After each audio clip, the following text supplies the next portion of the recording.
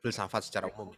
Bagaimana filsafat itu melihat seni. Filsafat itu apa, itu nggak perlu kita apa definisikan dulu. Jadi yang penting kita masuk aja dulu, nanti sambil sambil jalan nanti akan sambil kerasa. Kira-kira kayak gimana yang dimaksud dengan filsafat itu.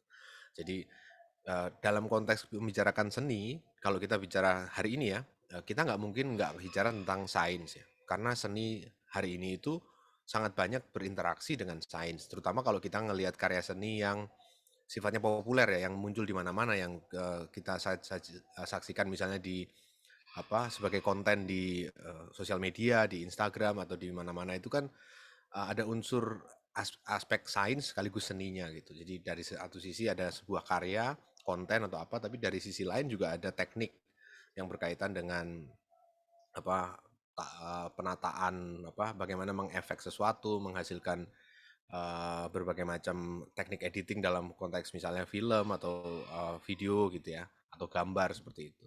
Nah, jadi kita nggak bisa melupakan hubungan di antara keduanya. Nah, oleh karena itu kita mulai aja dari yang paling mudah dulu. Jadi kita lihat sejarah umumnya kayak gimana sih perkembangan wacana tentang seni itu kayak gimana. Nah, tentu kalau kita ngelihat ke kamus ya, kalau melihat ke mana KBBI gitu, seni sama sains itu dibedakan dengan tegas ya. Artinya sains itu sifatnya pengetahuan yang sistematis, sedangkan seni itu diartikan sebagai keahlian ya, keahlian yang dalam hal membuat karya yang bermutu dilihat dari kehalusan, keindahan dan seterusnya.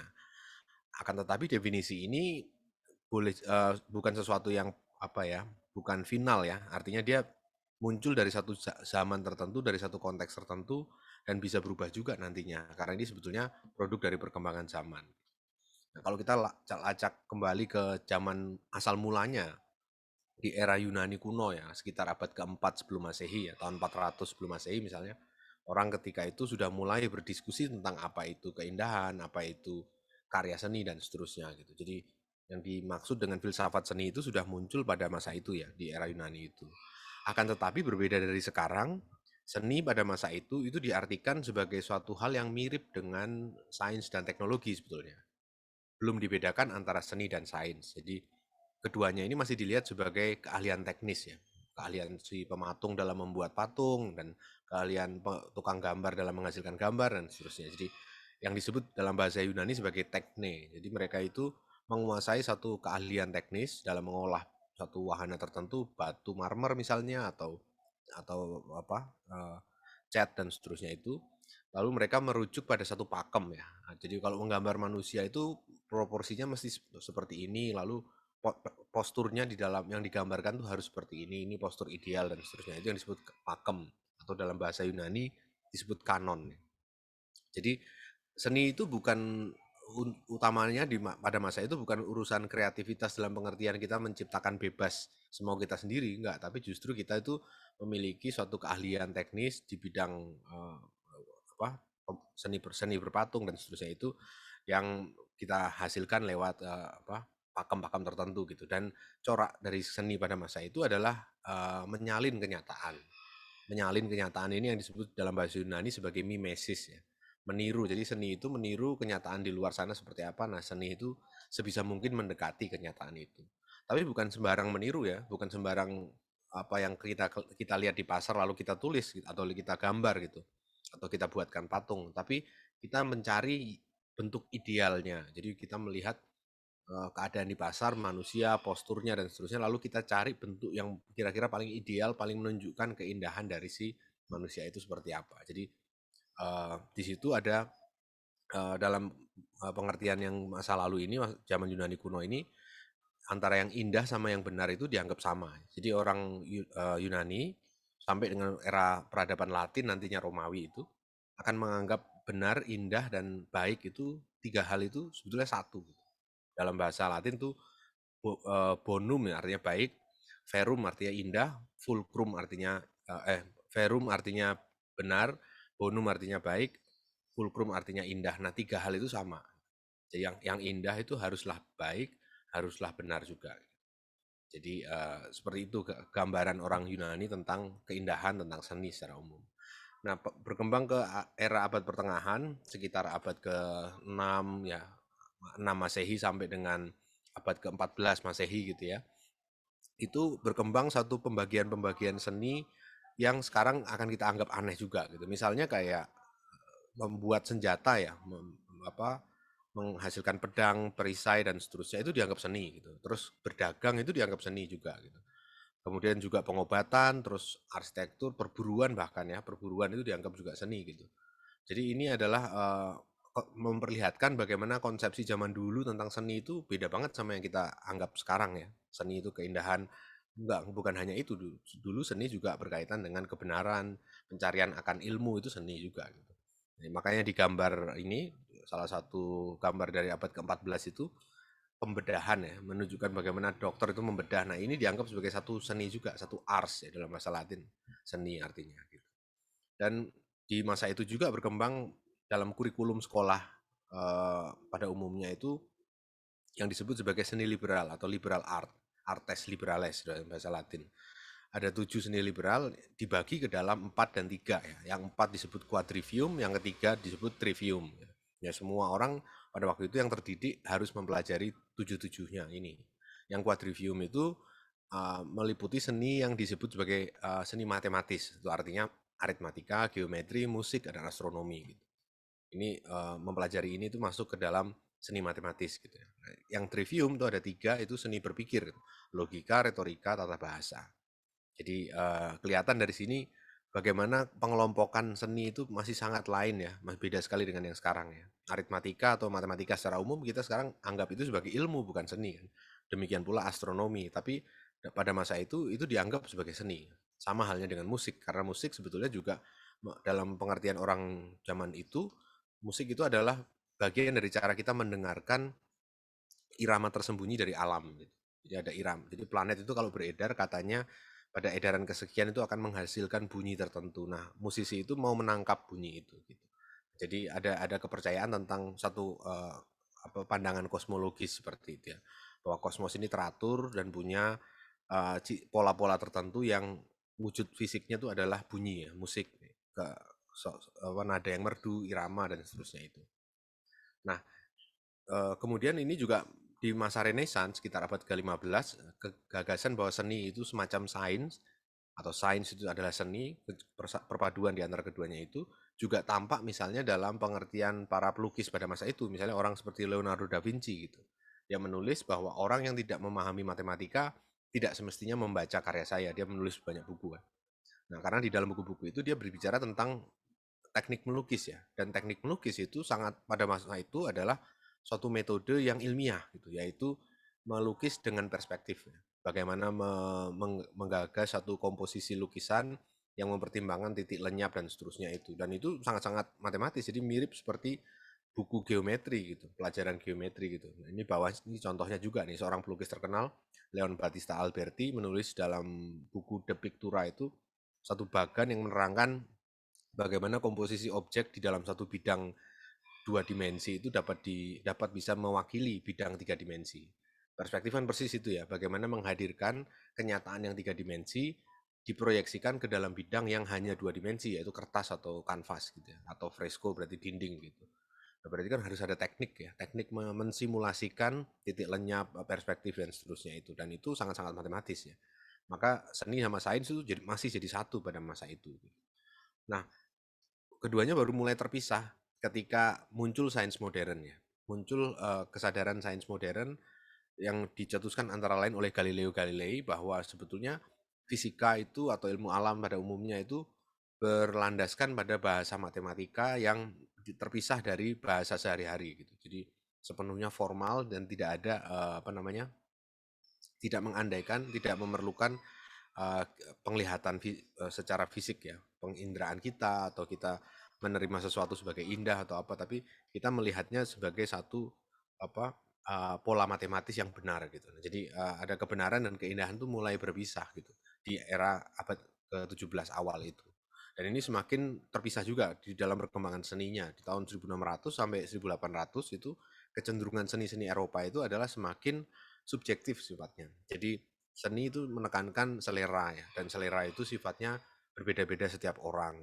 Jadi ada relativitas di situ. Maka ada ungkapan dalam bahasa Latin, de gustibus non est disputandum. Itu artinya mengenai selera tidak ada yang bisa diperdebatkan ya, karena semua orang bisa punya selera beda-beda gitu. Kita nggak bisa memperdebatkan selera.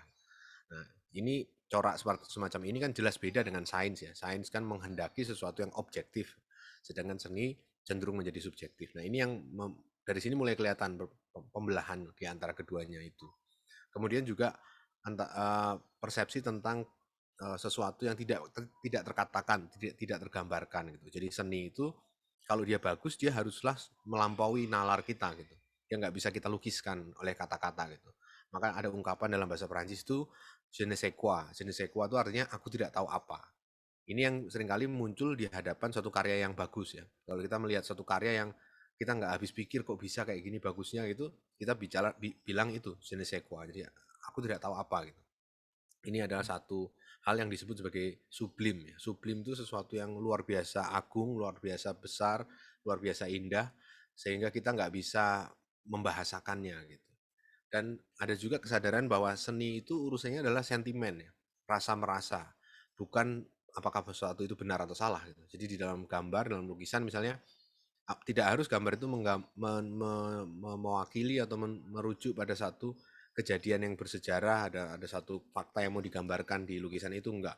Tapi sepenuhnya berbasis pada imajinasi si senimannya gitu. Jadi sifatnya memang non rasional ya, bukan irasional ya, bukan tidak bisa berpikir, tapi memang sengaja bergerak di satu wilayah yang tidak dievaluasi berdasarkan nalar, tidak dievaluasi berdasarkan rasionalitas gitu. Jadi hanya bisa didekati lewat perasaan seperti itu. Nah, ini seni menjadi semakin nyeni dengan di masa-masa ini. Dan itu semakin bertambah lagi di era romantik ya. Era romantik itu era sekitar tahun 1800-an sampai 1900 itu. Jadi yang ditekankan adalah memang ekspresi subjektif si seniman. Jadi seni itu soal nalar, soal rasa ya. Nalar itu nggak kepake dalam hal seni gitu. Suatu karya adalah ungkapan dari jiwanya si seniman gitu. Jadi wujud fisik dari jiwa seniman itulah karya seni gitu. Kemudian juga muncul gagasan bahwa seni itu otonom, ya artinya otonom, dia nggak bisa diukur, dievaluasi, dinilai berdasarkan ukuran-ukuran yang eksternal gitu. Misalnya, ah ini nggak bermanfaat, ah ini bermanfaat, itu bukan urusan seni menurut para kaum romantik ini. Jadi seni itu hanya bisa dievaluasi secara internal ya, dengan melihat unsur-unsur artistik di dalam karya itu. Maka di situ muncul ungkapan l'art pour l'art ya, seni untuk seni gitu. Bukan seni untuk kemaslahatan masyarakat atau seni untuk kekayaan atau seni untuk apa gitu, tapi seni untuk seni gitu. Maka pada masa itu ada orang misalnya seperti Théophile Gautier dari Prancis, penulis yang meringkaskan pandangan otonomi seni ini dengan satu perumpamaan ya. Kalau misalnya kita melihat ya satu kebun tulip ya, dia kan indah ya, bunga tulip itu kan indah sekali gitu. Nah, kenapa dia indah kalau menurut si Gautier adalah karena dia berbeda dari kebun kol ya. Kebun kol itu sesuatu yang berguna ya. Dia bisa kita makan, kita bisa goreng jadi buat nasi goreng atau buat ketupat sayur atau apapun itu bisa kita olah, kita konsumsi gitu. Tapi tulip kan nggak bisa, dia dimakan nggak enak rasanya. Dia hanya bisa dilihat ya, dia nggak punya manfaat apa-apa. Nah dari situ dia menyimpulkan bahwa keindahan itu hanya ada di dalam hal-hal yang tidak berguna gitu. Kalau sesuatu itu berguna maka dia tidak indah pasti. Kayak kita ngelihat kebun kol kan, nggak ada yang indah dari kebun kol. Yang indah adalah kebun tulip karena kebun tulip persis itu nggak berguna, gitu. Nggak punya manfaat yang praktis buat manusia. Gitu. Nah jadi itu gagasan otonomi seni. Kemudian yang muncul bersamaan dengan itu adalah konsep tentang bentuk bermakna. Jadi orang biasanya melihat bentuk seni, bentuk apapun itu sebagai sarana untuk menyampaikan satu pengertian kan. Misalnya kita menggunakan kata-kata ini kan sebagai sarana untuk menyampaikan satu konsep atau pengertian kepada orang lain gitu. Tapi dalam konteks seni, bentuk itu sendiri punya makna ya. Dia tidak bukan sekedar seperti sarana transportasi makna gitu, tapi dia sendiri bermakna. Jadi artinya di sini berkembang apa yang disebut sebagai kekasan wahana. Jadi setiap wahana seni, misalnya seni lukis berarti wahananya adalah kanvas bidang dua dimensi secara umum ya. Atau seni sastra, puisi, kekasan wahananya adalah wahana kata-kata gitu. Nah, maka kekuatan dari satu karya seni harus diukur berdasarkan sejauh mana dia bisa mengoptimalkan potensi dari wahana itu. Semakin wahana itu diolah, semakin itu dikembangkan sampai titik batas yang paling jauh, maka itu akan semakin indah gitu.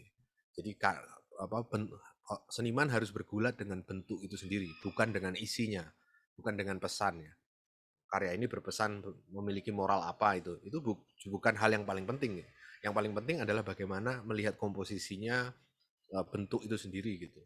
Kalau dia indah ya maka dia indah gitu. Tanpa harus melihat apakah ini mencerminkan satu cerita apa yang bernilai bagi masyarakat banyak atau apa, itu tidak terlalu penting menurut para romantik ini.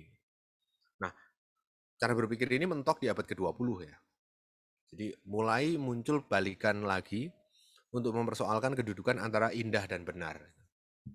Jadi ada era tahun 60-an misalnya. Itu era ketika muncul seni konseptual ya. Seni yang karyanya bukan lagi lukisan atau karya yang dia buat sendiri, tapi konsep. Kadang-kadang nggak ada karyanya. Dia menghadirkan ruang kosong. Karyanya adalah responsi pemirsa atau pengunjung pameran ketika masuk ke dalam ruang itu dan berpikir atau membayang-bayangkan sesuatu. Itulah karyanya. Karya si seniman itu. Nah, contohnya adalah tahun 60-an seorang perupa Itali, Piero Manzoni itu mengemas kotorannya dia sendiri di dalam kaleng. Nah, kaleng itulah yang dipamerkan gitu. Judulnya Artist Sheet di judul karyanya itu. Sekarang dikoleksi oleh museum besar ya, Tate di Liverpool gitu. Jadi ini di hadapan karya semacam ini kita nggak bisa lagi melihat dari ukuran-ukuran keindahan ya. Apa indah ada komposisinya enggak atau apa sama sekali enggak karena ini sebetulnya dari bikinan pabrikan kan kalengnya ini nggak ada sesuatu yang apa didesain secara khusus sebagai sesuatu yang indah gitu. Dia benar-benar didesain massal, diproduksi massal gitu. Jadi nggak ada keindahan sebetulnya. Apalagi di dalamnya. Dalamnya kan kotorannya si Piero Manzoni itu. Apa indahnya juga gitu. Jadi nggak ada ukuran-ukuran keindahan yang bisa dipakai. Ukuran-ukuran romantik tadi itu nggak berlaku di sini gitu. Bahwa apa dia mencerminkan satu apa namanya kekasan wahana atau apa itu sama sekali buyar karena bahkan ini nggak jelas wahananya kan kayak benda sehari-hari ya kaleng terus kotoran sendiri dan seterusnya jadi diperlukan satu cara baru dalam melihat seni dalam melihat keindahan nah itulah yang membuat transformasi yang muncul kemudian itu berbeda sekali ya seni modern itu lahir dari semangat seperti ini contoh lainnya adalah Andy Warhol itu membuat ada satu kanvas dikasih cat besi. Nah, terus kemudian dia kencingin. Saya tunggu berapa lama, nanti kan oksidasi tuh cat besinya kan, mengelupas, tayangan gitu, karatan gitu kan. Nah, hasilnya adalah komposisi itu. Apa namanya, 6 panel lukisan yang dibuat dari kencingnya Andy Warhol itu. Dan di sini kita sudah nggak bisa lagi bicara tentang keindahan dalam pengertian komposisi yang artistik atau apa enggak karena sebenarnya random kan ini dia kencingin aja terus nanti membentuk pola sendiri menurut alam gitu ya jadi yang dikejar di sini bukan lagi keindahan dalam pengertian komposisi tapi ajakan untuk berpikir ajakan untuk kita mempersoalkan lagi apa itu seni apa itu indah apa itu kebenaran dan seterusnya nah ini terus berkembang ya dengan perkembangan teknologi juga di dewasa ini ketika kita masuk ke era revolusi industri 4.0 itu yang dibicarakan orang di mana-mana muncul berbagai macam bentuk seni yang dibikin oleh komputer gitu. Misalnya Google itu merilis satu software namanya Deep Dream, itu algoritma yang bisa mengkompilasi jadi dia belajar dari lukisan banyak orang ya, dari bank data lukisan yang ada di Google itu, lalu berdasarkan bank data itu dia kemudian mengimajinasikan ya. Ibaratnya kayak dia bermimpi ya. Si software ini didesain untuk bermimpi. Nah, mimpinya itu adalah lukisan ya. Nah, salah satu dan ini terus terjadi jadi lukisan yang nggak pernah berhenti berubah gitu. Salah satu hasilnya adalah tangkapan layar ini gitu. Ini adalah satu fase ketika si deep dream itu bermimpi. Mimpinya kayak gini ya. Ini kelihatan di sini bahwa dia mengambil berbagai image dari berbagai lukisan lalu dia tempatkan secara apa ya dengan pola tertentu tapi juga kita lihat aneh ya. Ini seperti inilah komputer itu bermimpi gitu. Jadi seperti lukisan-lukisan surrealis di tahun 1930-an ya yang dilukis oleh misalnya Salvador Dali gitu. Itu di tahun 30-an. Nah, sekarang ini komputer yang melukis seperti itu. Jadi banyak yang bisa digali. Nah, ini juga salah satu contoh lain algoritma yang bernama Generative Adversarial Network GAN. Algoritma ini nih dilatih berdasarkan satu. Jadi ini mesin learning gitu ya. Mesinnya dikasih input sejumlah database tentang lukisan, khususnya lukisan potret ya. Dari abad ke-14 sampai ke-15, jadi ada 15.000 lukisan. Nah, dipersilahkan kepada si GAN ini berdasarkan data itu untuk mengarang satu potret. berdasarkan ingatannya dia itu. Nah, hasilnya adalah ini, seorang sosok yang dijuduli sebagai Edmond de Bellamy. Ini orang ini nggak ada, wajah ini nggak ada. Cuman karena dia komputer ini yang mengarang wajah ini berdasarkan data 15.000 lukisan potret itu. Nah, dari situ dia belajar caranya menggambar potret seperti apa dan wajahnya dia bayangkan sendiri seperti itu gitu. Dan ini adalah bisa dibayangkan adalah suatu lukisan yang dibangun atau dibikin dari ingatan tentang sejarah lukisan itu sendiri gitu. Jadi Sigannya kan mengingat lukisan-lukisan zaman dulu ya 14, 14, 15, lalu dia menghasilkan satu karya yang mirip Francis Bacon ya, mukanya nggak terlalu kelihatan. Kalau kita tahu perupa namanya Francis Bacon di Inggris abad ke-20, mirip-mirip seperti ini. Jadi sosok potret gitu dengan sosok muka yang kayak dihapus gitu. Nah, jadi ini juga satu contoh. Nah, di film pun demikian ya. Di film pun ada algoritma sains yang menghasilkan film gitu. Misalnya yang dibuat oleh Ars Technica ya. Ini satu inisiatif startup di bidang apa namanya AI gitu. Dia mengembangkan tahun 2016 tuh AI yang bisa menulis skenario film ya. Judulnya Sunspring. Genrenya science fiction ya. 2 tahun kemudian AI itu menamai dirinya sebagai Benjamin, menamai sendiri dirinya, lalu kemudian menghasilkan satu karya film berdasarkan footage-footage yang sifatnya public domain ya, yang bebas copyright ya. Kan ada film-film lama tahun 20-an, 30-an, 40-an gitu. Hasilnya dia bikin kolase sendiri, dia comot-comotin, dia pasang-pasang, dijalankan sesuai dengan skenario dari dia. Dengan suara juga dari berbagai film yang dia atur ya. Suara cowok dipindah ke cewek dan seterusnya itu. Nah, hasilnya adalah satu film pendek, Zone Out. Ada di YouTube ini kalau teman-teman mau lihat. 5 menit. Isinya adalah satu film dengan satu voice acting, skenario, pengadeganan, montase, scoring musik. Semuanya dibikin oleh si Benjamin itu, si AI itu. Memang hasilnya memang agak janggal ya. Artinya seperti kita lihat di sini, tokoh sosok perempuan itu diambil dari muka laki-laki sebetulnya. Jadi kayak dia main comot dari sana sini gitu. Dan menghadirkan satu film yang dengan durasi 5 menit dengan hasil karya dari si AI itu. Jadi dari sini kita bisa lihat bahwa sebenarnya sains itu juga punya potensi untuk menghasilkan seni ya. Ketika seni dan sains itu dikolaborasikan, kita akan bisa melihat satu hal yang menarik, satu hal yang baru. Juga dengan sekarang perkembangan data science ya. Sekarang orang di mana-mana ngomong tentang big data dan seterusnya. Itu kan sebenarnya data yang memiliki volume besar dan memiliki velocity yang cepat ya. Makanya diperbarui, diupdate terus-menerus gitu.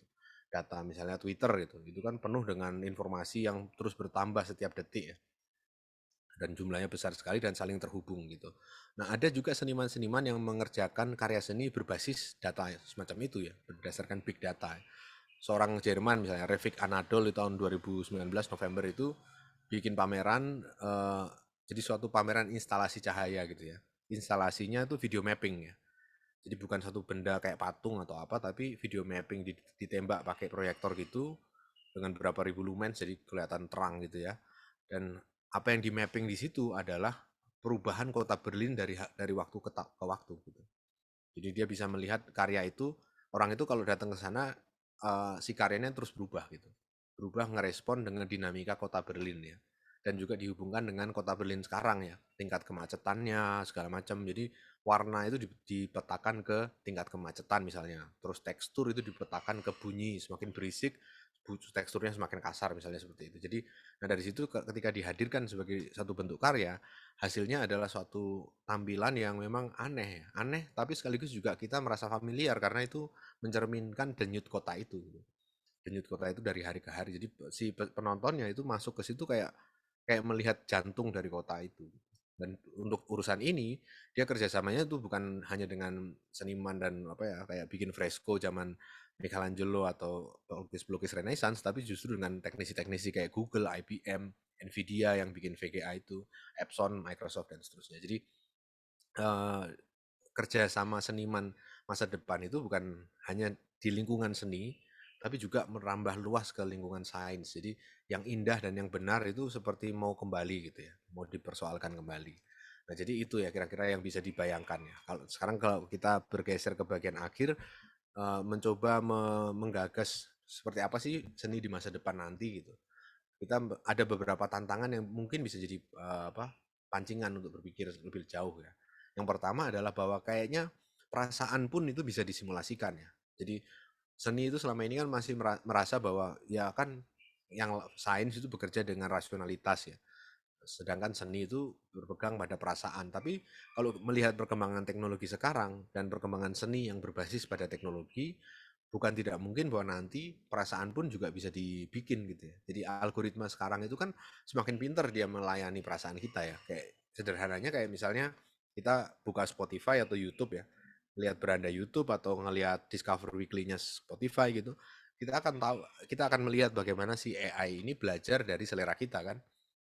Jadi perasaan kita tuh dituruti oleh si algoritma itu. Jadi kita pengennya musik-musiknya kayak kayak gimana. Nah, si algoritma itu ngikutin, dia akan menyarankan berdasarkan statistik data itu yang rinci sekali bahwa musik-musik jenis inilah yang kamu suka, gambar atau video-video jenis inilah yang kamu suka gitu. Lagi sering belakangan buka Apple misalnya. Nah, keluarlah iklan-iklan Apple, keluarlah video-video rekomendasi yang berkaitan dengan konten Apple dan seterusnya itu. Nah, itu adalah contoh bagaimana si algoritma itu bisa mendekati apa yang kita rasakan gitu. Dia tahu kita tuh sukanya apa, kita cenderung pada apa, itu lama-lama akan semakin cerdas untuk bisa mendekati perasaan kita. Nah, oleh karena itu bukan tidak mungkin bahwa suatu masa depan nanti si algoritma itu sendiri bisa menghasilkan karya yang membuat kita terenyuh misalnya, atau membuat kita terharu dan seterusnya. Jadi ada perkembangan semacam itu. Dan yang selanjutnya adalah seni itu juga sepertinya tidak pernah lagi bisa dilepaskan dari algoritma ya, dari teknologi ya. Kita nggak bisa seperti kembali ke melukis tanpa jadi kita melukis seolah-olah kita hidup di abad ke-17 gitu, sudah nggak bisa karena konteks sosialnya sekarang sudah berubah ya. Kita nggak bisa lagi menggambar pemandangan dan merasa bahwa ini adalah lukisan kontemporer, kan nggak bisa begitu, karena justru di era sekarang seni itu sangat dekat hubungannya dengan sains, dengan persoalan-persoalan yang lebih luas gitu. Dan kemudian juga profesi seniman itu sendiri di masa depan nanti akan berubah mungkin ya, bukan lagi seniman sebagai seorang yang berada di luar sains ya, orang yang asing terhadap perkembangan ilmu pengetahuan teknologi, tapi justru bergaul dekat dengan para ilmuwan, para ahli teknologi, seperti itulah, sehingga menghasilkan satu karya yang sifatnya kolaboratif, sifatnya lintas disiplin. Jadi corak-corak yang akan muncul di masa depan dalam kaitan dengan seni adalah seperti itu kayaknya. Jadi bahwa akan semakin banyak kerja-kerja yang sifatnya lintas disiplin, kolaborasi dan seterusnya. Sudah tidak lagi masanya seniman bekerja tanpa mau berkoordinasi, tanpa mau kerjasama dengan bidang lain. Itu sudah bukan lagi eranya. Sekarang justru eranya koordinasi, kolaborasi dengan bidang-bidang yang lain, dan justru itu memperkaya karya seni itu sendiri. Dan keindahan pun bukan lagi, kita bisa melihat nanti di masa depan mungkin keindahan bukan lagi satu hal yang dibedakan sepenuhnya dari kebenaran, tapi justru seperti cita-cita zaman Yunani kuno tadi di awal ya, bahwa yang indah, yang baik, dan yang benar itu satu sebetulnya. Kalau kita mau mencapai yang indah, kita nggak bisa nggak baik ya.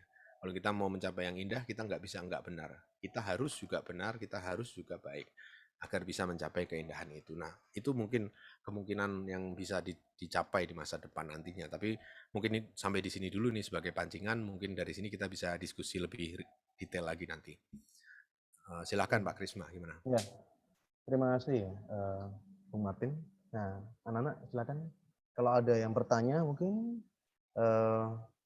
ada yang ingin berdiskusi, berpendapat lain, atau mau sharing dengan materi yang terkait dengan materi begitu, boleh juga. Monggo, ini bicara soal seni. Tadi bicara sekilas tadi saya sudah kepancing sedikit ya, karena saya kan akhir tahun kemarin itu saya beli buku judulnya Polemic Science. Nah, memang yang saya baca, yang penulis ini kan kumpulan penulisan ya, adalah Bunga Rampai gitu bukunya, Polemic Science judulnya. Yang salah satu penggarapnya itu kan Gunawan Muhammad dan Franky, Budi Hardiman. Itu sempat mengatakan bahwa pada era ya sebelum seni modern tadi, bahwa sains itu memang dengan ilmu yang lain, atau kata sains sendiri sebetulnya itu juga mencakup seni sebetulnya. Nah, seperti yang istilah yang terkenal adalah Wissenschaft. Itu langsung saya ingat, dan kemudian muncullah istilah sains modern yang sebetulnya itu istilah Anglo-Saxon yang memisahkan bahwa sains itu terpisah dari seni. Salah satunya sains ini merujuk pada yang sekarang kita kenal dengan jurusan MIPA begitu ya. Nah, salah satu indikator yang saya lihat adalah mengapa sains itu tertuju pada ke MIPA, karena itu yang dianggap lebih bisa diukur ya, semacam itu. Padahal pada zaman dahulu tadi Bung Martin sudah menyampaikan bahwa seni pun juga bisa diukur. Pada zamannya Da Vinci sudah kelihatan semacam itu ya, seni bisa diukur juga. Hanya lama-lama kemudian bergeser, kemudian ada pemisahan, lalu sekarang kembali barangkali ada semacam kerinduan atau mungkin kebutuhan zaman juga menuntut seni dan sains itu bukanlah hal yang terpisah begitu. Itu tadi sekilas muncul ya. Seperti itu.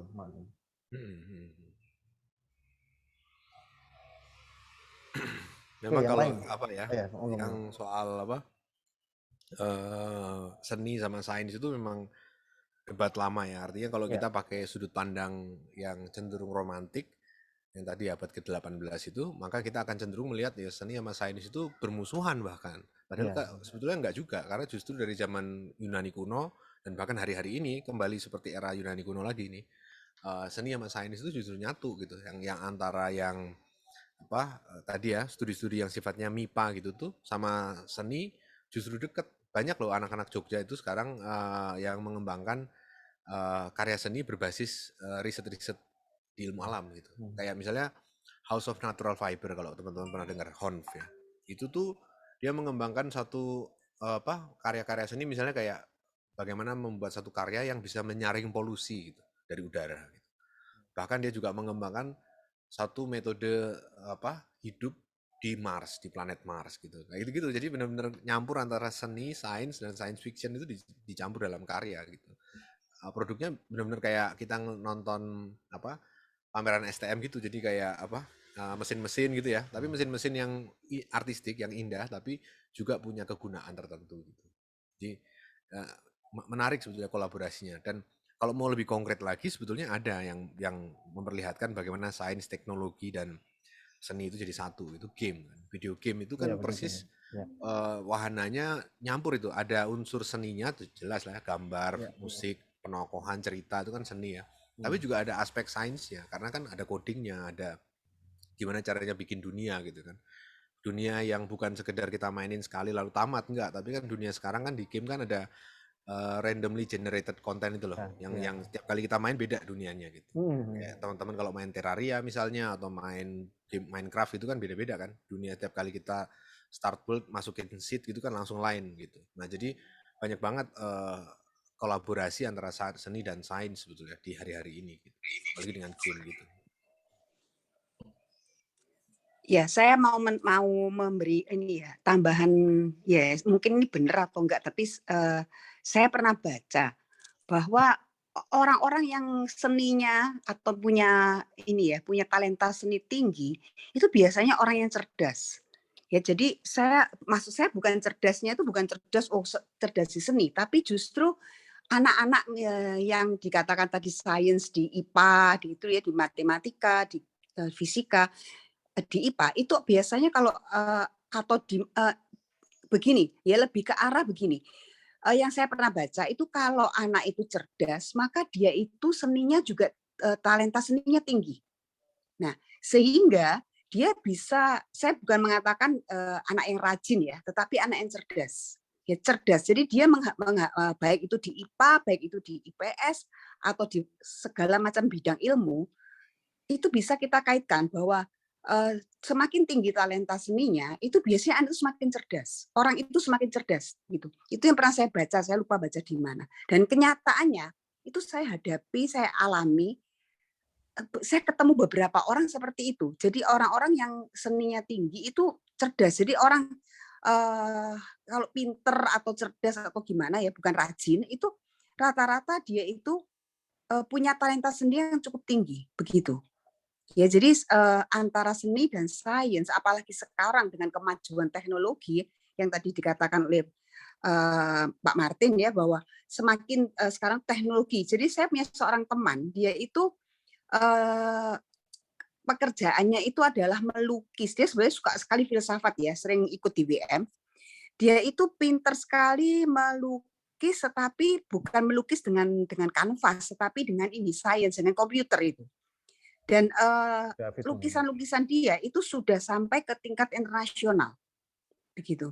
Hmm. Ya, jadi di sini kita lihat bahwa untuk teknologi dan sains teknologi dengan seni ini sekarang sudah bukan lagi hal-hal yang terpisah seperti dulu ya, atau yang dikatakan mungkin bertentangan, tetapi justru sekarang itu saling melengkapi kalau menurut saya, begitu.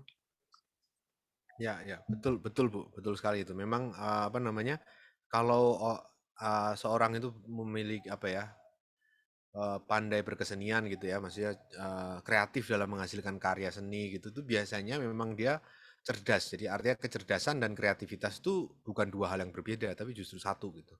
Karena di dalam seni kan justru itu ya yang dilatih ya.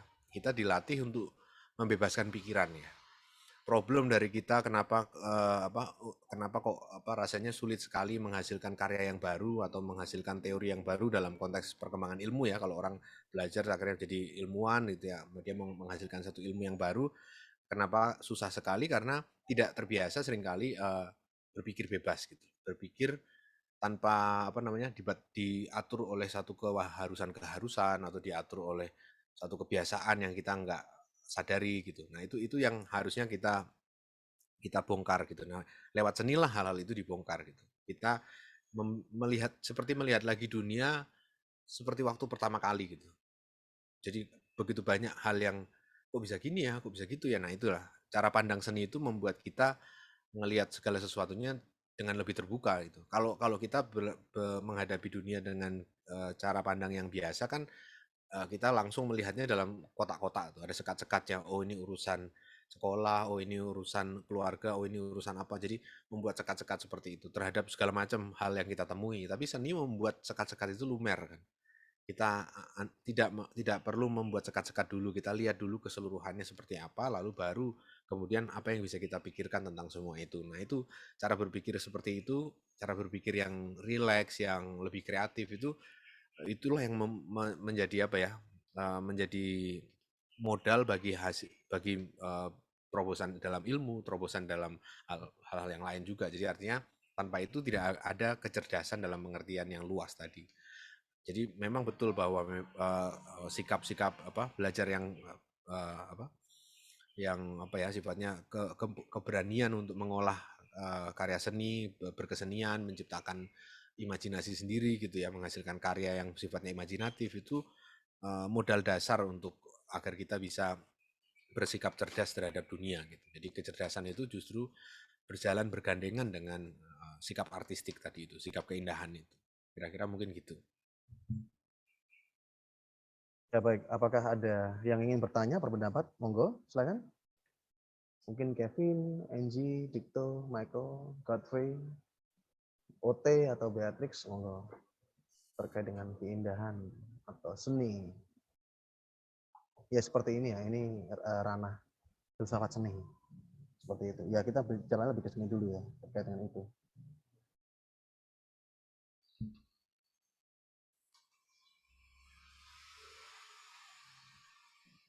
Biasanya yang punya pikiran-pikiran yang liar itu biasanya Angie. Pertanyaan-pertanyaan mempertanyakan segala sesuatu. Oke. Tampaknya belum, mungkin bisa lanjut dulu ya, Bung Martin. Ya. Jadi kalau kita bicara misalnya sekarang ya konteks seni di masa sekarang kan mestinya kita juga membayangkan ini ya bentuk-bentuk seni yang akan muncul besok hari gitu. Misalnya kita bayangkan ya kayak kalau kita hidup di abad ke-20 awal ya, tahun 1910 misalnya gitu. Pada waktu itu teknologi film udah mulai dikembangin ya. Film merekam gambar bergerak gitu. Tapi ketika orang bikin film pada masa itu, orang-orang melihat itu bukan sebagai seni ya. Di zaman itu itu cuman gimmick ya, gimmick teknologi aja gitu. Cuman main-main teknologi, main-main pakai proyektor apa segala macam itu mah bukan seni gitu. Tapi sekarang kita tahu bahwa film adalah suatu cabang seni gitu. Jadi dari situ bisa kita simpulkan bahwa yang disebut seni dan bukan seni itu bukanlah satu yang bisa dipatok harga mati gitu. Dia berubah terus ya, nantinya. Jadi dengan cara berpikir yang sama kita juga bisa membayangkan apa yang digeluti teman-teman hari ini, misalnya kayak game gitu, yang dianggap sebagai ya gimmick teknologi aja gitu. Karena ada internet, orang bisa ngegame, main Valorant lintas daerah apa dari antar tempat yang berbeda gitu kan. Tapi sebetulnya bisa jadi itu adalah bentuk seni juga, art form juga, yang akan baru diakui sebagai karya seni mungkin 10-20 tahun lagi baru orang mulai ngomongin gitu ya. Karena banyak game yang sebetulnya sangat-sangat artistik pendekatannya, maksudnya unsur seninya tuh kuat sekali gitu, dari segi ceritanya, dari segi gambarnya dan seterusnya. Kalau teman-teman main game, terutama game indie ya, kayak Spiritfarer dan seterusnya, banyak tuh game-game di Steam itu yang unsur-unsur artistiknya, penceritaannya itu di luar mainstream gitu, dan itu membuat kita kayak berhadapan dengan karya seni betulan gitu. Dan yang unik dari game, yang membedakannya dari film, membedakannya dari sastra atau karya seni yang lain, lukis dan seterusnya, adalah bahwa di dalam game ada satu unsur tambahan, yaitu partisipasi. Satu karya, dalam hal ini game, itu tidak akan selesai kalau playernya nggak mainin kan. Ya, betul. Jadi satu karya itu hanya akan menjadi karya kalau dimainin gitu. Sedangkan kalau lukisan kan ya kita cuma memainkan dalam imajinasi kita membayang-bayangkan kan. Ya, Tapi kalau ini persepsi. benar-benar mensyaratkan permainan keterlibatan kita gitu. Jadi ada satu unsur yang membuatnya khas sebagai satu wahana seni gitu, yaitu partisipasi tadi, keterlibatan dari si pengguna itu. Dan itu yang nggak ada di bentuk-bentuk seni yang lama itu. Makanya banyak seniman sekarang itu juga tertarik mengolah dimensi partisipasi dari seni itu. Bahwa karya seni itu tidak selesai sebelum ada interaksi dengan pemirsanya gitu. Maka mereka bikin satu karya yang sifatnya belum selesai, sengaja dibikin belum selesai, dipamerkan dan diberikan tools, peralatan supaya si penggunanya menyelesaikan gitu, dengan caranya dia sendiri gitu.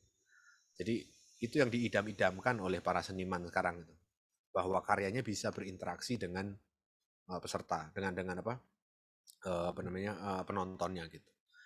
Nah, ini yang kemudian diwujudkan dalam bentuk game sebetulnya. Game itu persis mengkapitalisasi itu, kuat sekali di dalam hal partisipasinya gitu. Bahwa tanpa permainan peserta, tanpa keterlibatan si pemainnya nggak akan jadi itu cerita. Dan bahkan dalam game kan ada banyak multiple ending sih ya. Endingnya nggak cuma satu, bisa dibikin ada ratusan ya. Tergantung pada pilihan-pilihan si pemain selama menjalani game itu gitu. Itu juga memperlihatkan bahwa seni itu bisa dibikin sebagai suatu karya seni bisa dihadirkan sebagai suatu hal yang non linear ya, yang nggak mengarah ke satu tujuan gitu loh. Tapi tujuannya bisa branching, bercabang-cabang banyak tergantung pada pilihan-pilihan si pemirsa seni itu atau pemain game tadi itu.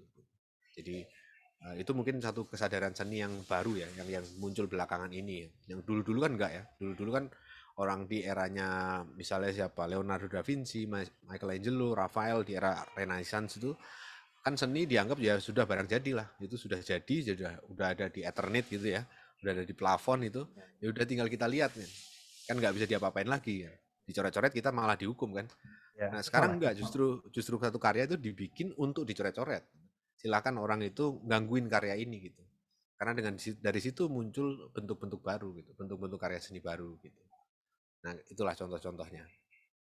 Itu mirip persis banget dengan yang tadi Martin contohkan ya, ada sebuah seniman di tahun berapa gitu, senimannya hanya membuat ruang kosong yang gelap. Jadi pengunjungnya yang mengkreasikan sendiri ya, mempersepsikan itu. Jadi menciptakan karya sendiri. Cuman kalau belum sekarang didukung oleh teknologi, itu maka bisa diwujudkan kelihatan banget. Betul. Dan satu isu juga yang sering muncul ya, kalau misalnya kita ngelihat bienal ya, kalau teman-teman datang ke bienal seni rupa gitu, akan sering datang ke tempat setting kayak gitu, jadi black box ya. Jadi kita dibawa masuk ke dalam satu ruang, di mana di sana itu pengalaman karya itu sangat-sangat imersif ya, kayak ibaratnya itu kita kayak berada di dalam karya itu. Nah, keseluruhan karya itu ada di dalam satu ruangan kecil itu. Jadi kita seperti merasuk ke dalam satu dunia lain ya, terisolir dari dunia luar gitu. Nah, itu juga yang dikejar oleh seni-seni zaman sekarang kan. Jadi pengalaman total, bagaimana kita merasa di dalam sebuah karya, merasakan langsung sebuah karya gitu. Enggak sepintas lalu gitu. Dan yang bentuk-bentuk seperti itu juga sekarang seni-seni zaman sekarang sudah mulai juga masuk ke isu-isu seperti non-human ya, yang non manusia. Jadi membayangkan diri bukan manusia. Bagaimana kita melihat dunia dari sudut pandang sebuah batu, atau kita melihat seluruh dunia dari sudut pandang apa ya, seekor kelelawar atau seekor kucing jalanan dan seterusnya. Jadi karya seni itu sebagai sarana supaya kita itu bisa berempati sebetulnya. Kita bisa ngelihat di luar kacamata kita sendiri gitu loh. Kita bisa menggunakan kacamata yang lain, termasuk juga makhluk-makhluk non manusia gitu. Sehingga kita lebih bisa berempati pada isu lingkungan gitu ya, pada kelestarian lingkungan gitu. Kita nggak akan bisa berempati pada lingkungan kalau kita nggak pernah mencoba merasakan gimana sih rasanya jadi sebuah batu di kali yang kalinya itu mau ditutup oleh manusia karena mau dijadiin tambang misalnya gitu. Dibongkar semuanya, dialihkan arusnya, batunya hilang gitu. Coba bayangkan kalian menjadi batu di kali itu. Nah kayak gitu-gitu, satu exercise, satu latihan yang merangsang imajinasi kita dan empati kita untuk bisa ngelihat dunia dari sudut pandang yang bukan sehari-hari, bukan kayak kita anggap normal-normal gini gitu. Nah, itu yang banyak digali oleh seni zaman sekarang sih.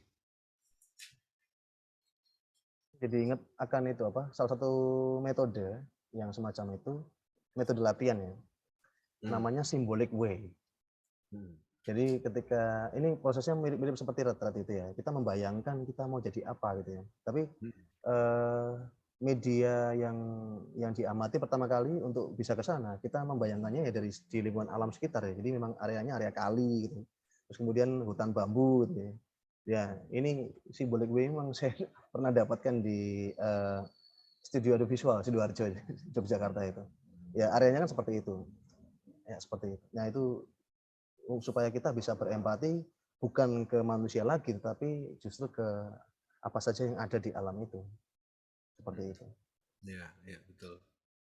Lama-lama latihan rohani nih, Chris.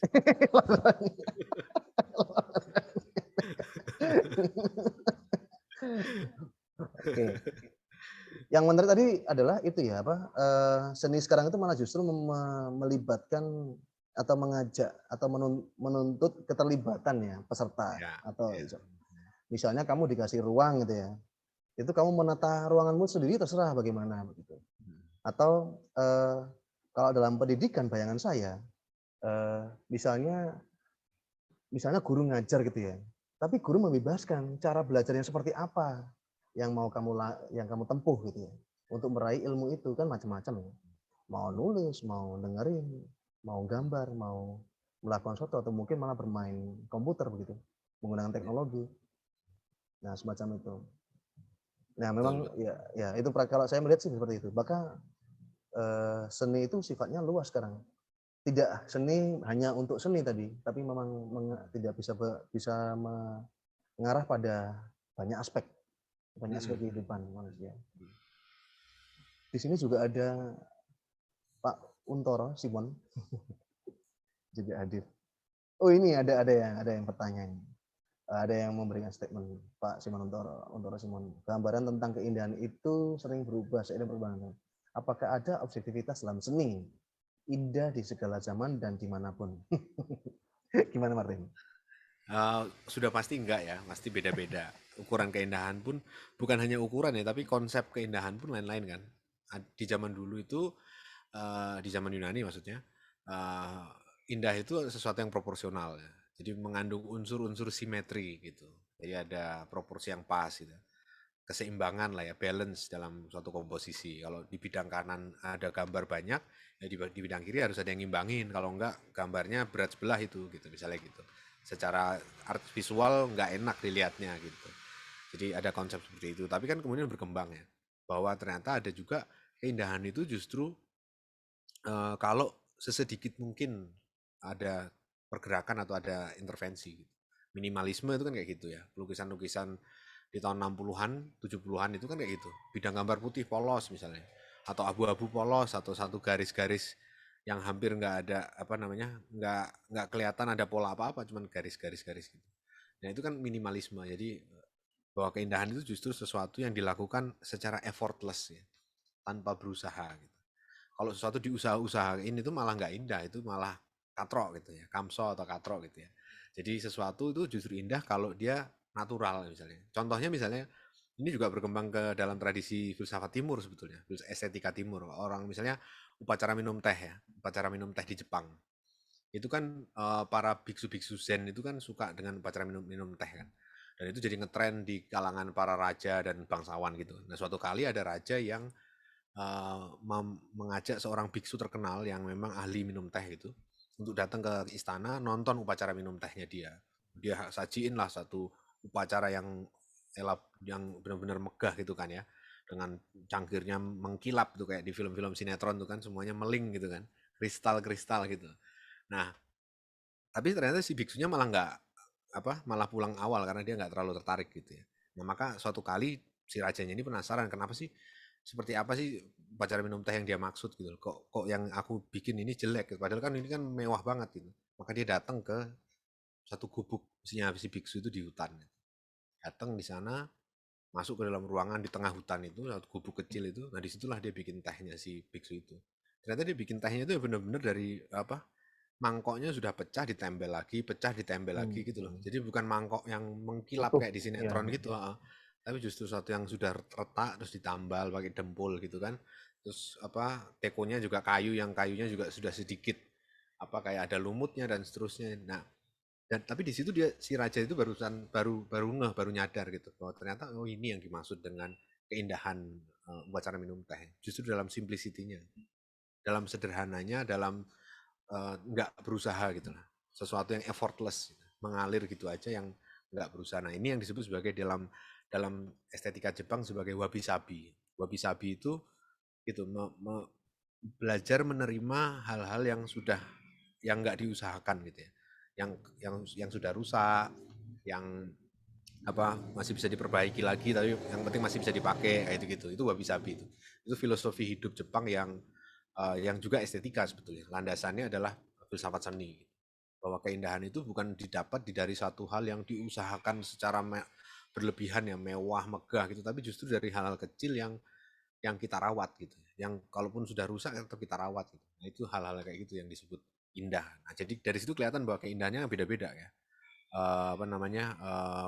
Dari yang masa lalu indah itu proporsional, terus berkembang ke indah itu yang sifatnya megah, mewah gitu. Ada juga yang minimalis. Nah, ada juga yang kayak gini, bahwa indah itu sesuatu yang tidak diusahakan, sesuatu yang muncul dari dalam gitu ya, yang wajar gitu, yang biasa saja. Jadi low key lah. Jadi enggak ya, kayak ibaratnya di musik sekarang ada lofi kan. Kalau teman-teman dengerin lofi di YouTube tuh, musik lofi yang bisa sampai 3 jam itu kan dibikin dari sampel-sampel musik lama ya, dirakit-rakit jadi satu. Musiknya mirip-mirip gitu terus gitu. Nah, itu musik lofi itu filosofinya wabi-sabi itu.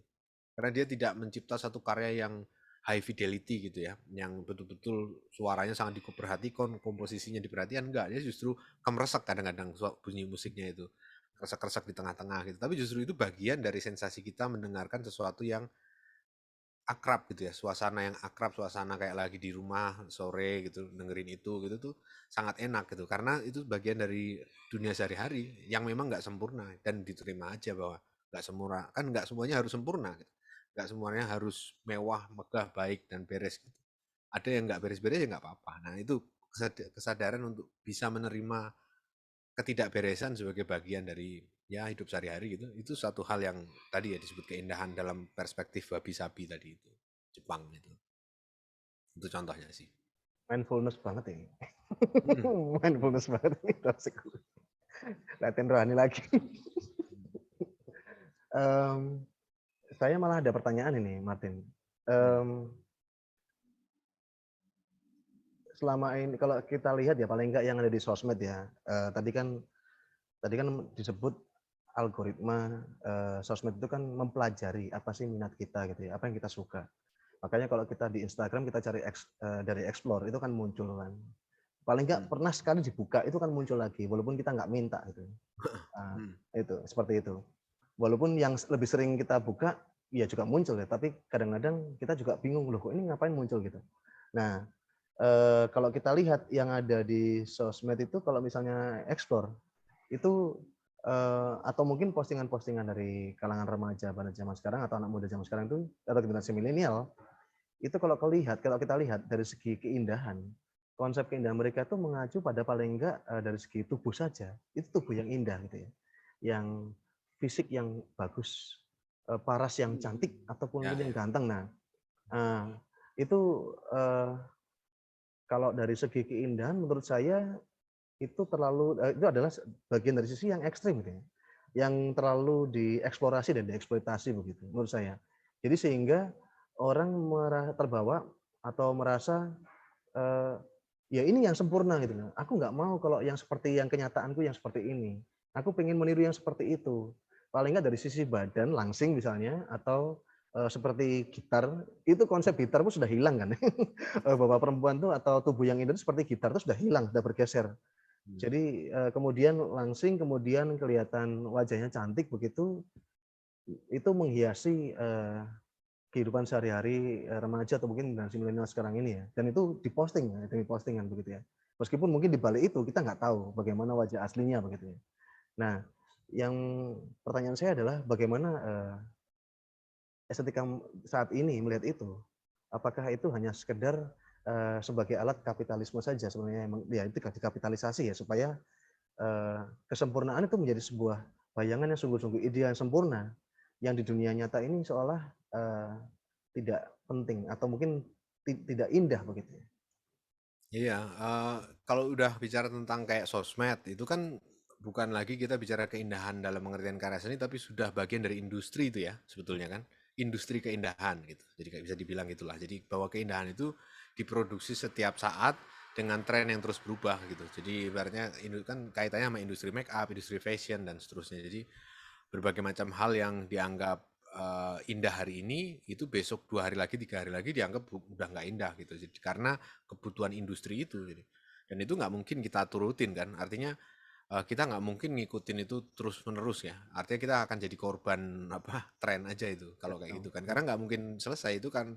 Memang mereka niatnya jualan kan, jualan make up baru, tren baru warnanya ini, terus bajunya yang baru jenisnya kayak gini dan seterusnya. Jadi kita nggak bisa sepenuhnya ngikutin kayak gitu dan memang itu bagian dari apa ya bagaimana keindahan itu sekarang dikemas berkat teknologi ke dalam cara-cara yang mudah kan di mana sosmed kan banyak banget itu apa filter-filter yang bisa Ya. langsung bikin cakep gitu kan langsung Mm-mm. auto cakep gitu kalau kita mau bikin muka kita jadi anime juga bisa kayak gini lo kan kelihatan mukanya jadi anime gitu Anime. jadi gampang gampang banget sih kayak gini bikin itu karena Ya, dengan filter semuanya bisa dilakukan gitu. Dan ya. kalau kita bikin jadi apa muka yang lain juga bisa gitu kan. Jadi banyak banget sebenarnya cara yang dimungkinkan karena kemajuan teknologi sehingga keindahan itu jadi sesuatu yang mass produce gitu ya, diproduksi massal gitu. Hmm. Jadi bukan lagi sesuatu yang hasil karya seni seseorang tapi justru bagian dari satu sistem gitu ya. Sistem keindahan yang terus diproduksi di mana di internet ya di media sosial dan seterusnya gitu. Jadi orang jadi cowok jadi cewek dengan make up apapun itu juga bisa sangat bisa karena kemajuan zaman memungkinkan model yang seperti ini kan dengan apa dibentuk eh, pakai filter terus kemudian menghadirkan satu identitas yang berbeda dan ini suatu hal yang wajar sih artinya di dalam era sekarang segala macam apa keindahan sudah menjadi barang dagangan kan dijual diperjualbelikan dan seterusnya. Nah, justru yang menarik adalah menggali aspek itu keindahan yang effortless itu yang tadi ya yang wabi-sabi itu yang sebenarnya nggak butuh banyak modal itu kan sebenarnya mindset ya keindahan itu ya keindahan itu bukan sesuatu yang di luar ya dia kadang-kadang tuh ada di dalamnya kemampuan untuk melihat sesuatu sebagai indah itu sudah cukup ya. Kita nggak perlu minta suatu barang yang indah, kita cuma cukup punya kemampuan untuk melihat satu hal sebagai indah. Gitu. Barangnya sendiri mungkin tadi ya seperti contoh desain tadi itu mangkok teh yang sudah retak-retak gitu. Tapi kita punya kemampuan untuk melihatnya sebagai indah gitu. Karena kita sudah cukup dengan berbagai macam hal-hal lain yang apa mewah megah itu sampai bosen misalnya atau kita membayangkan memang ini lebih berkelanjutan gitu.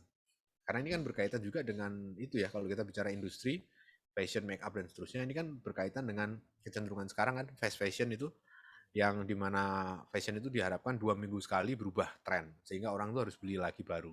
Bahkan di riset terbaru sekarang orang itu nggak lagi pakai baju yang sama lebih dari 3 kali.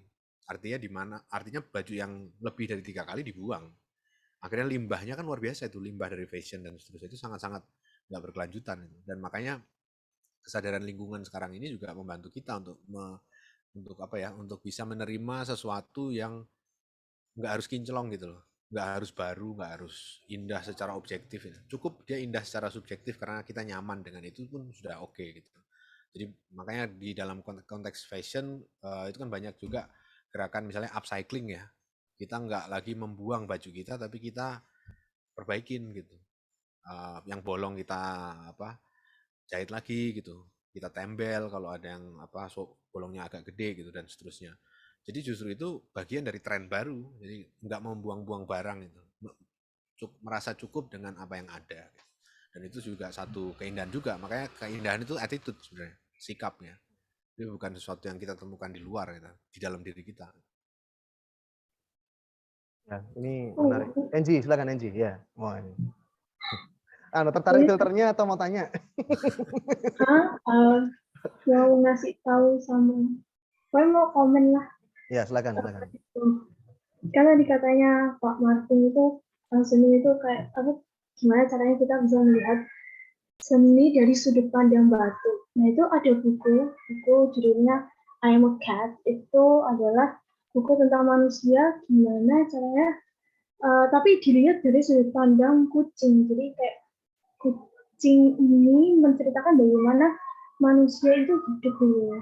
Nah, terus yang berikutnya aku mau bahas tentang yang game, yang gimana seni itu mengkomunikasikan sesuatu ke orang banyak. Nah, itu sebenarnya bukan seni. Aku kan mengikuti dunia persenian desain juga. Nah, itu tuh bukan seni, tapi termasuknya ke desain. Jadi ada itu namanya desain UI UX. UI itu user interface, UX itu user experience. Kalau misalnya Pak Krisma ingat itu dulu waktu presentasi proyek, saya kan bikin PPT-nya kayak Moodle gitu kan, Pak. Nah itu sebenarnya terus Bapak kan komen, itu Bapak yang desain. Nah itu bukan Bapak yang desain, tapi desainer UI UX yang desain. Mereka desain gimana caranya aplikasi-aplikasi. Jadi kayak saya itu ambil dari skeletonnya doang. Skeleton itu kayak misalnya buka aplikasi YouTube gitu. Jadi kan kalau loading ada kayak kotak abu-abu gitu doang kan, kayak abu kosong. Itu kan skeleton. Nah terus yang game itu sebenarnya kan desain gimana caranya desainer itu mengkomunikasikan kayak ini loh, gini cara mainnya kok pakai hero ini, nanti ada informasi-informasinya kan biasanya. Atau kayak sekedar Minecraft itu biasanya kan ada informasi kayak ini itu rumput, ini itu pintu. Itu adalah gimana cara seorang desainer mengkomunikasikannya dalam sebuah karya.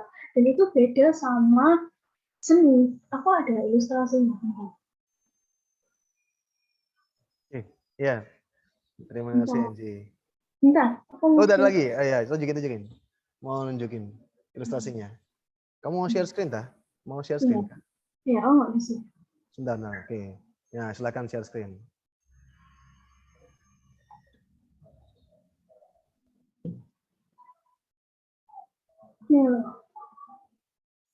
Art is not design.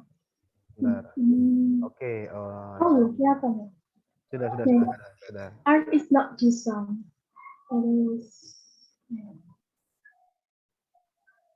Nah ini loh, ini ilustrasinya.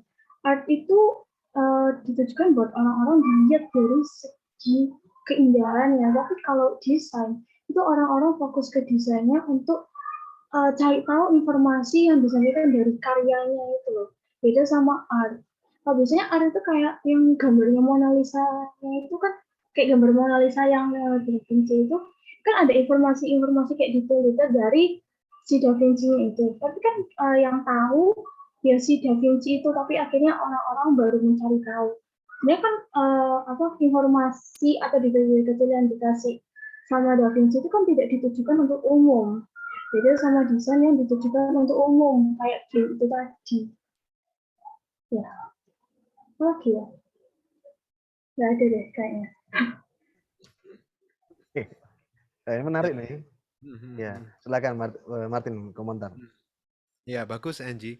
Jadi memang apa seni sama desain itu antara deket sama nggak deket sih. Artinya eh, tergantung kita ngelihatnya ya. Buat ada juga perupa atau seorang seniman yang desainer ya. Latar belakangnya memang desain grafis gitu ya. Kemudian dia meneruskan menjadi perupa yang menghasilkan karya seni rupa dan hasilnya bukan desain ya. Tapi betul yang dikatakan tadi Angie itu tadi apa namanya bahwa kalau kita ngelihat karya seni kita nggak mencari informasi ya. Sedangkan kalau kita ngelihat satu desain, desain itu kan sarana ya, sarana atau jembatan supaya kita sampai kepada informasinya gitu. Misalnya Coca-Cola bikin desain kaleng gitu ya, dibikin warnanya ini dan seterusnya, hurufnya pakai font ini dan seterusnya. Kan indah memang, indah dari segi desain ya. Tapi ini keindahan yang sifatnya instrumental kan, dia jadi alat supaya kita bisa sampai pada informasinya yaitu bahwa ini adalah produk Coca-Cola gitu. Tapi kalau seni kan enggak ya, seni enggak mengantarkan kita kepada satu pesan dalam pengertian itu. Kadang-kadang dia enggak punya pesan, kadang-kadang dia cuma gambar abstrak dan seterusnya gitu ya. Atau dia indah gitu aja tanpa ada satu pesan bahwa apa lukisan Mona Lisa ini dibuat pakai cat merek apa gitu kan enggak ya. Kecuali kalau itu kejadian desainnya. Jadi memang ada unsur bahwa seni itu didekati tanpa melihat pada apanya ya, pesan yang tersembunyi di balik itu. Akan tetapi memang agak kasusnya agak beda ketika kita masuk ke seni yang berada dalam perbatasan gitu ya. Kayak misalnya film ya. Film itu kan ada unsur orangnya mau apa si filmmakernya mau bercerita sesuatu kan lewat film itu.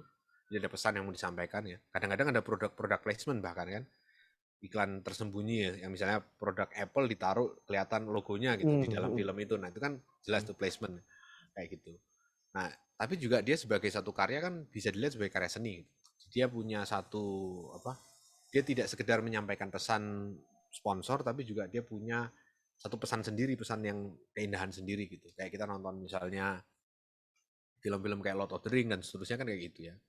Jadi kita melihat karya itu sebagai sesuatu yang indah. Demikian pula dengan kalau kita main game ya. Ada game yang memang membawa pesan sponsor banyak kayak game-game mobile itu kan dikit-dikit iklan ya. Belum apa udah iklan gitu.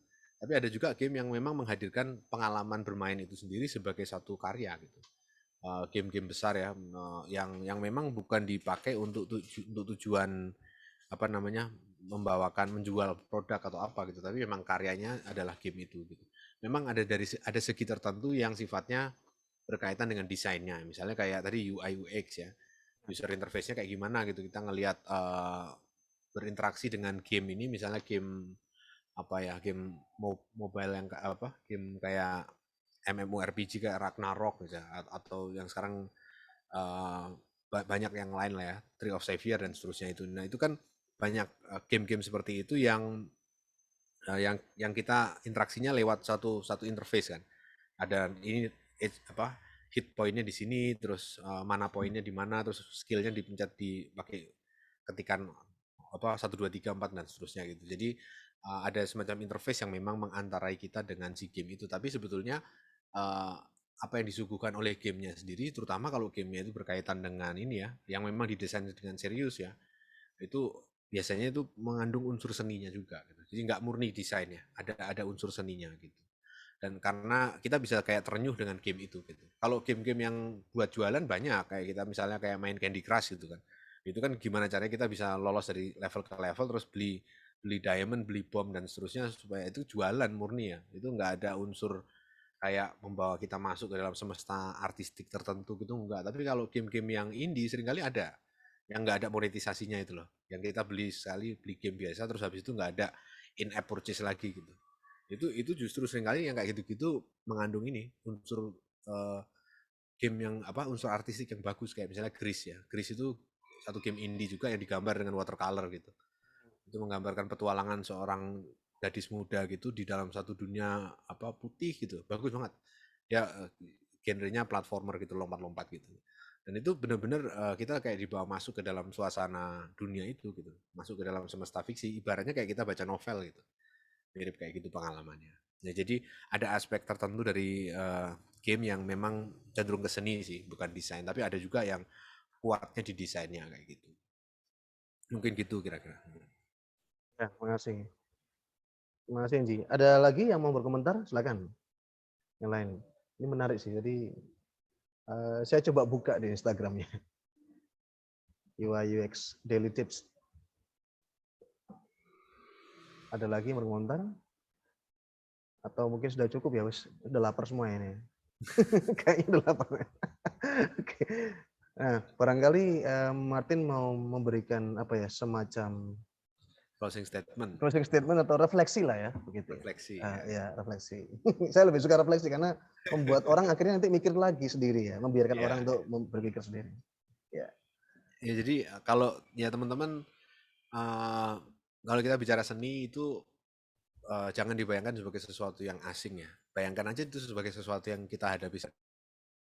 Misalnya dalam game yang kita mainkan setiap hari, musik yang kita dengerin, film yang kita tonton gitu. Segala hal yang kita bisa akses gitu ya.